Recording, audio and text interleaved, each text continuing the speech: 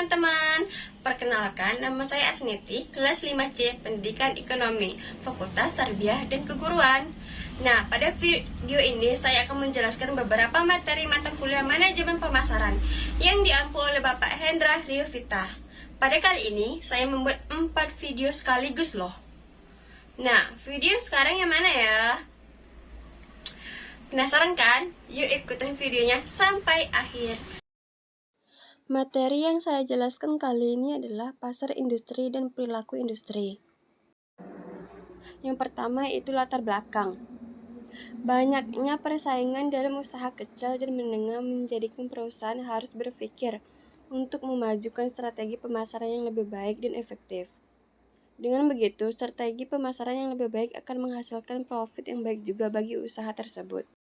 Lalu yang kedua, rumusan masalah, yaitu jelaskan pasar industri dan perilaku industri jasa guru. Lalu memasuki tinjauan teoritis. Yang pertama itu pasar industri. Sementara itu, pasar industri adalah semua organisasi yang membeli barang atau jasa untuk digunakan memproduksi barang dan jasa lain, yang kemudian dijual, disewakan, atau dipasok ke perusahaan lain. Yang kedua yaitu perilaku pembeli. Berbagai perilaku pembeli di pasar industri yaitu yang pertama, pembelian ulang sepenuhnya, merupakan situasi pembelian di pasar industri yang ditandai oleh pembelian ulang produk secara terus-menerus tanpa ada modifikasi. Yang kedua, pembelian ulang dengan modifikasi.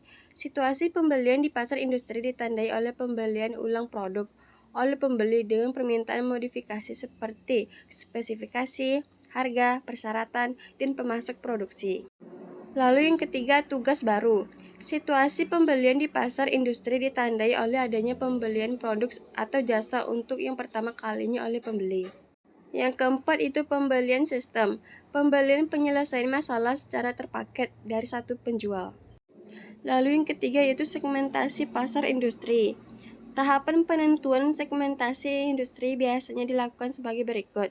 Pertama, memilih dan menentukan industri yang dilayani. Kedua, dalam industri terpilih. Ketiga, para pemasar bisa dilakukan segmentasi berdasarkan ukuran pelanggan dan lokasi geografik. Selanjutnya, segmentasi dapat difokuskan berdasarkan pendekatan atau kriteria pembelian. Sekarang menjelaskan pembahasan. Yang pertama, pasar industri pemasaran jasa guru. Sekolah merupakan lembaga organisasi yang menghimpun setiap guru dalam memasarkan jasanya. Yang kedua yaitu perilaku pembeli di pasar jasa guru. Yang pertama, pembelian ulang sepenuhnya. Bila kami menjadi guru, kualitas produk jasa kami merupakan gambaran bagaimana cara kami memberikan perubahan kepada pihak sekolah sebagai konsumen jasa yang kami tawarkan. Tentu, dalam hal ini jika produk jasa kami berkualitas, akan terus digunakan dan diperlukan kembali oleh konsumen.